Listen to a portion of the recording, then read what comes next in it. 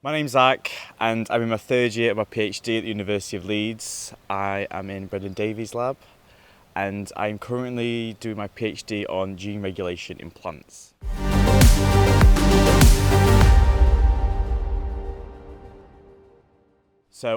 My research interests are gene regulation in plants. I'm looking at a new way in which plants can regulate their gene expression.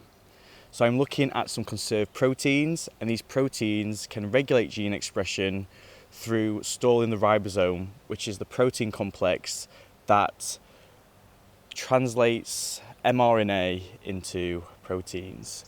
And what's interesting about these conserved proteins is the fact that they can respond to agronomic signals to regulate gene expression. What is important about this research is the applications in biotechnology and agriculture. So for example, I'll be going to take some of these proteins that respond to agronomically important signals such as drought, and I'm going to use them to control the expression of agronomically important genes such as genes that induce flowering. So for example, we can induce flowering by applying said stimulus.